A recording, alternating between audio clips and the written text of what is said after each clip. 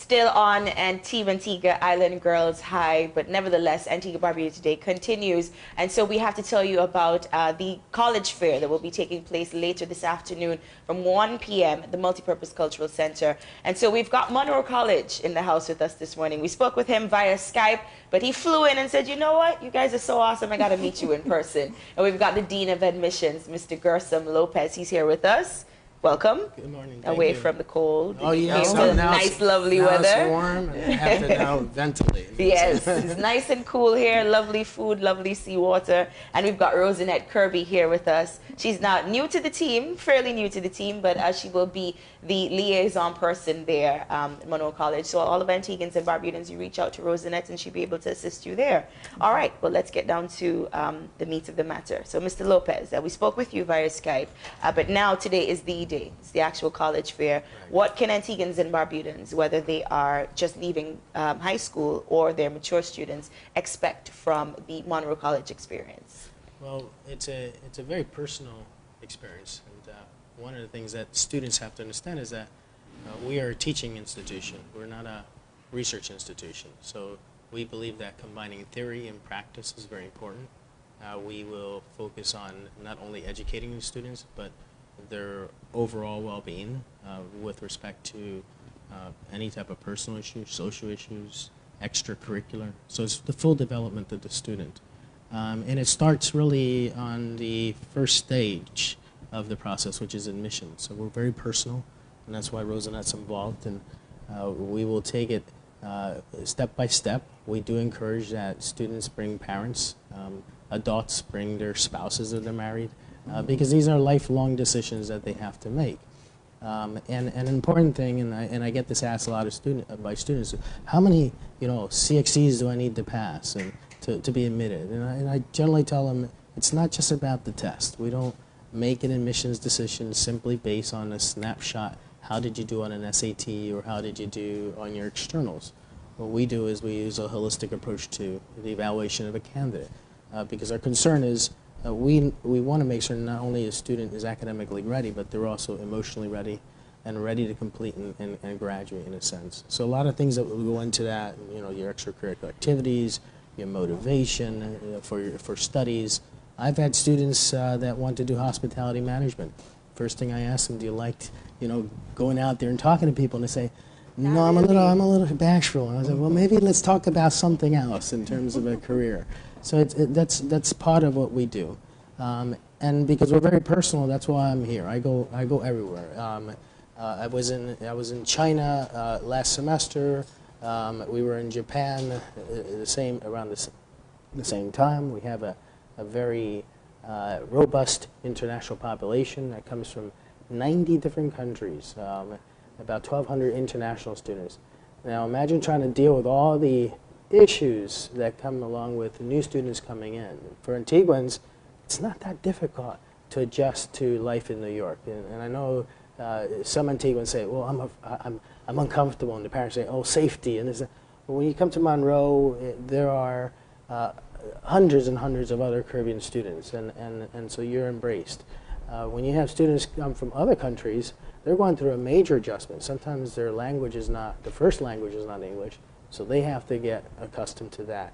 And the food that they eat, is different than what we eat. And, so these are all things that sometimes colleges forget, that it's all part of that equation in terms of making students that not only start but persist. It's mind-boggling to hear that those are the adjustments that people are concerned about. But the first thing for me is climate. I'm like, it's freezing cold in New York. Do I still have to go to school when it's freezing cold? These are the things that other people would be thinking about, especially those of us here in Antigua and Barbuda. But Rosanette, this is where you would come in now, being able to speak to the Antiguan moving overseas. And how does that adjustment work? How easy and effortless is that? And how does Monroe make that for us? Well, that's a good time. It's, for some, actually, it's a culture shock. I got it honestly, because I had an experience. Not only I just started with Monroe, but I run the nonprofit where we look for Antigua students. And I had a student who came to Monroe. She heard of me and she called me. She was just constantly sick. She came in the midwinter and she kept being sick. So all I had to do was just calm her down. She says, I don't know what to do. I said, okay, tell me, how are you dressing? It sounds simple. But it's something that we went through. How are you dressing? And as we went through it, she explained to me, I said, do me a favor. I just bought her the boots and I said, I'm going to ship you some stuff. Shipped it to her and then I sent it to my sister because I was in Atlanta.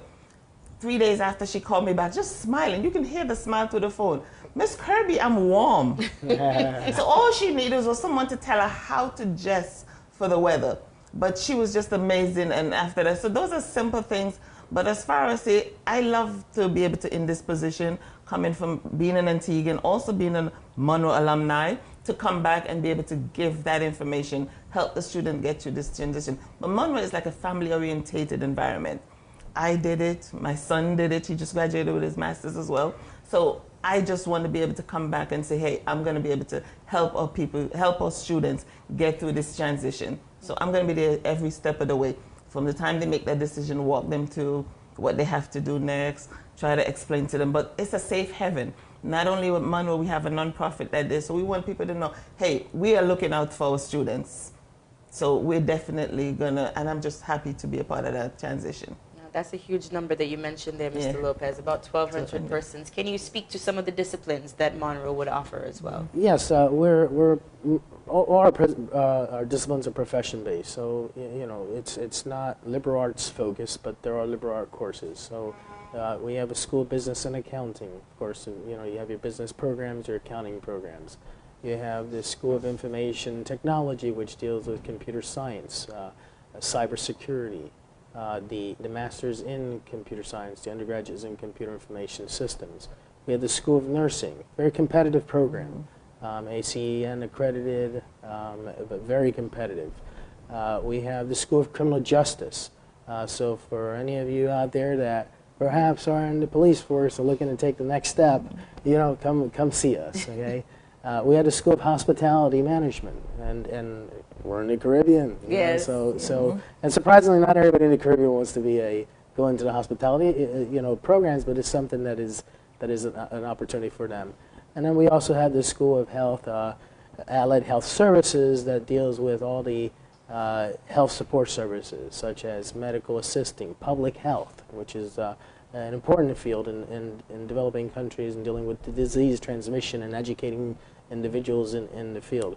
So there's a plethora of options out there, and we continue to expand. And one of the reasons that I come on island is that I also want to talk to educators, I want to talk to government, I want to talk to corporations as to what are the up-and-coming trends in the market. Because as we develop our new programs, we don't develop them in a vacuum. We don't say, gee, let's just try to bottle this program for Antiguans, and there's no demand. Part of our advisement for international students is obviously, well, what can this program lead you in the future? Where can this program lead you in the future? And so if a student takes a program, I want to make sure that they have a possibility of at least within the region, because Antiguans don't necessarily have to lock themselves to working here, within the region they can find employment.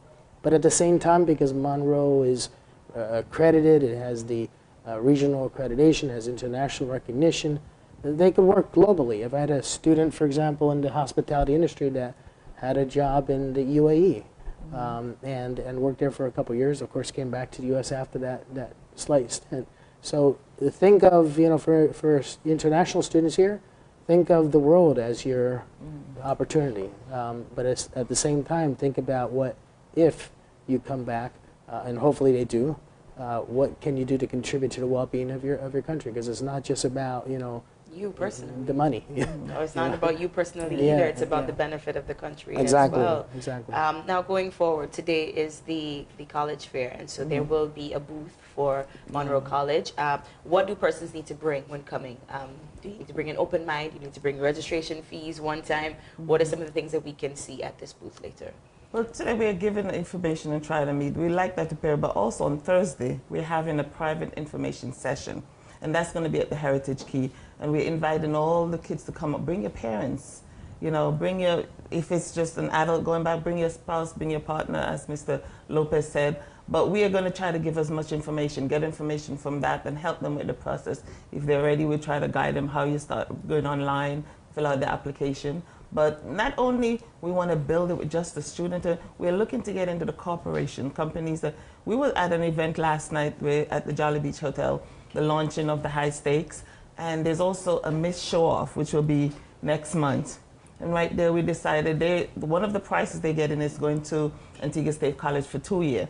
But here Monroe comes in, we're going to continue the next 2 years for you. So we're going to give a scholarship to the winner. After they finish the first 2 years in Antigua, they can come to Monroe for the next 2 years. Wow. So he just made that decision last night and announced it. The girls them was so excited. They're looking forward to it. So any information you want, you just come out and get it, and we're going to be there from 1 to 6 today, and also on Thursday at the Heritage Hotel from 6 p.m.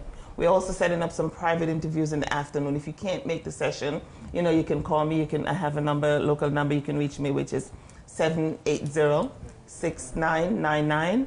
And again, it's Rosanette Kirby. You can reach us to make an appointment, and we'll set it up because Mr. Gershom is here until Friday. Okay. We'll try to meet you as much as possible and get people going. We're excited, and it's an exciting time. What Monroe has to offer. It's an exciting time, indeed, especially when persons are thinking about their future, Yes. where they want to go from here, regardless of their age. You could start at any age, and Monroe opens their doors and says, hey, come on in, and we have a wide range of Antiguans and Barbudans who are coming to Monroe to continue their education, and so the opportunity is made available to you as well. 780-6999 is the number for Rosanette Kirby. She is still on island, and she will be able to take your calls and assist you how to dress, how to eat, how to move forward, how to adapt to this new life. But it's a whole new world out there, just at your fingertips, ready. And Monroe is making it so easy for you. Grab it at your fingertips and head on out to the College Fair Multipurpose, 1 p.m. until 6 p.m. And of course, you can meet the Dean of Admissions. I mean, how many people send their Dean of Admissions to meet you